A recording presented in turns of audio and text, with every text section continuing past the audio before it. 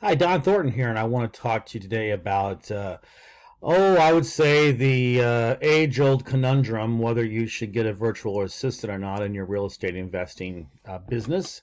And I will tell you one thing that I've never had a virtual assistant. I have had a Russian assistant, but she was very expensive. I had to pay $155,000 for her education, not to mention all the food that she shoveled down her throat for 20 something years. And, now that she's got a baby, I'm semi responsible to make sure the baby's fed as well. So I can say that for me, a virtual assistant is very expensive. But she's cute, and she loves me, and that's important. I would say that probably the biggest thing about hiring a virtual assistant is make sure that she's your daughter. But I jest. Sorry about that. Let's talk seriously now about virtual assistants. Uh, I would say that in my experience, I've only ever had one assistant at a time. So, and I always had them do tasks that were not income producing activities. Now, I think that is the one thing that you need to focus on with a laser focus when you're thinking about getting an assistant, because remember, that's cash outlay every month, right? So you're going to pay for that. Can you do everything that you want your virtual assistant to do? Are you already doing it? Number one. And listen, that sounds like a really stupid thing to say, but I've heard investors, especially newer investors, they read something, they see posts in a real estate investing group they're in on Facebook or something, or they follow a guru of some kind, and they talk about, oh man, you got to get a virtual assistant. Oh man, it's great, whatever. And I would say that if you're thinking about getting an assistant and you're just starting out, I would say you're making a bad mistake.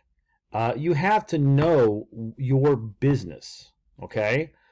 When I got started in 2003, now granted we didn't have the internet, like, well, we did have the internet, but it wasn't like this, but we didn't have Filipinos or Mexicans or whoever you're working with.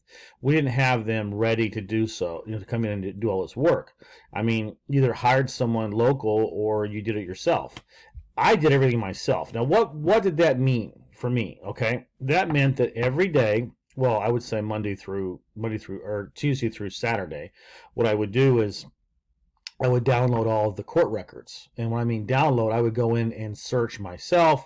I would copy and paste. I would put it in a Word doc, and then after that, I would go open up my Skip Trace program, and I would search for cell phones, and then I would compile the list, and then I would call on the list. If someone said yes, then either I made an appointment to go out and meet them, or I would print out the documents, fill them out, and then scan and email them to them. If, let's say, and this was back in 2003, 4, where there was no law that stated that only a licensed professional could negotiate a short sale. So even though that my broker, I was not an agent at the time, even though my broker, he was a nominal listing agent and so forth. Pretty much I did everything for that. So I mean, he was the person that would talk to the bank if necessary, but I was the one always doing. I did everything. So not only did I do all the research, I also did all the paperwork. I did the negotiations. Every single thing you can think of, I did.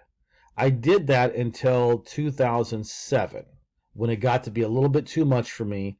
And plus we were hearing, through the grapevine that, they were going to drop the hammer anyway and not let people, unlicensed people, negotiate.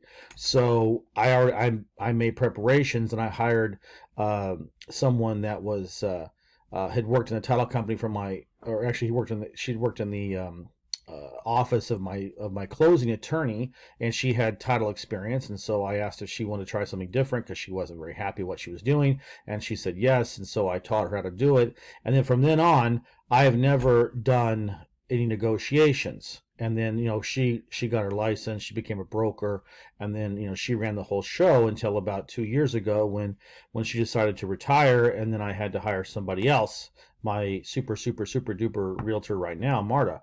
So, my point is that, that was all, I did everything myself, so that when it came time for me to hire someone, then you know, I was able to teach that person, but I knew the ins and outs like the back of my hand.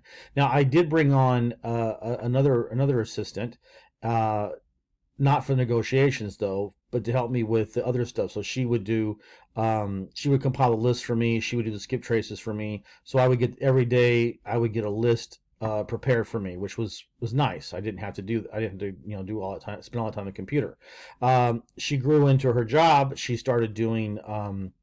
She started coordinating, getting contractor estimates done. She would talk a lot with clients. She was a very, very good client relations person. So I was pretty much able to slough most of that stuff off on her, um, because what I wanted to do was focus strictly on income producing activity. Okay, so I believe that as an investor, if you have to do something directly connected with trying to get someone to say yes and let you buy their house or whatever it is to start the relationship, you should be doing that yourself. You should not slough that off on a virtual assistant.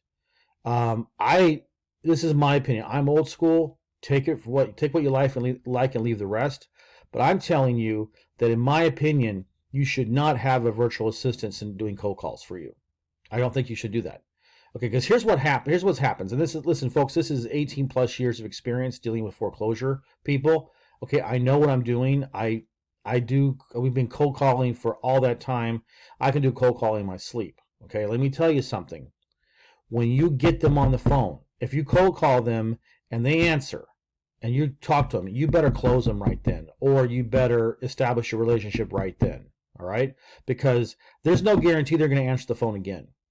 So what you don't want to happen is that your virtual assistant says, "Okay, great. They've qualified them. They're looking to do a short sale, for example. They want to try to sell. They're open to an offer, and then they say, okay, well, I'll have my boss Don. He'll reach out to you.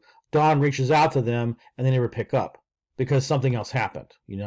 But the time to make your mark was when you had them on the phone the first time, and so that's the disconnect a lot of people have with virtual assistants, is that they think that they can do all of them. And I would say, unless your virtual assistant is so good that person can close them right then, or at least establish a relationship. But then here's the problem, okay? Because they're going to bond. There's like a bonding that goes on with people when you make a connection over the phone. If you introduce somebody else into the equation, they're not going to be as comfortable with that person a lot of times. And they're going to feel like, well, I don't want to talk to this bozo. I want to talk to you. I like you, right? So that's the problem you have. And listen, I have that problem sometimes in my real estate investing business right now because I have a lot of referral partners, and we have one right now in Ave Maria that has had a conniption fit about wanting to know who's who, because she initially talked with one referral partner, and then I went down and met her. And then, but we have a team, and so we have a realtor, we have a negotiator, we have a showings coordinator, and so she's freaking out about who are all these people contacting her. Why can't she just talk to one person? So don't underestimate that with people. People can be very, I don't want to say territorial, but they can be very, what's the word I'm looking for? They can be very uh, demanding of, they want to talk to the person they feel comfortable with. And so that's why a lot of times, I mean, just going off on a tangent here, a lot of times that's why I want to meet with people so I can establish that bond and that relationship of trust with them when they want to sign the initial documents for the short sale. So so basically what I'm trying to say is that I think a virtual assistant is fine to do everything but income producing activity. That's the main thing I want to stress. Income producing activity should just be your purview. Don't be a lazy butt and think that you can set the organization up and everybody can just do everything and you can just sit back and rake the money in. It doesn't work that way. Okay? Trust me. I've tried it. I dreamed of that. And I'm back to making phone calls again because sometimes it just doesn't work. And so that's my 2 cents on whether you should have a virtual assistant do calling for you. I would say no. But hey, try it. It's a free country. At least I think it still is. Is it still a free country? I don't know. I we'll see what happens in November. Anyway, thanks for listening. See you later.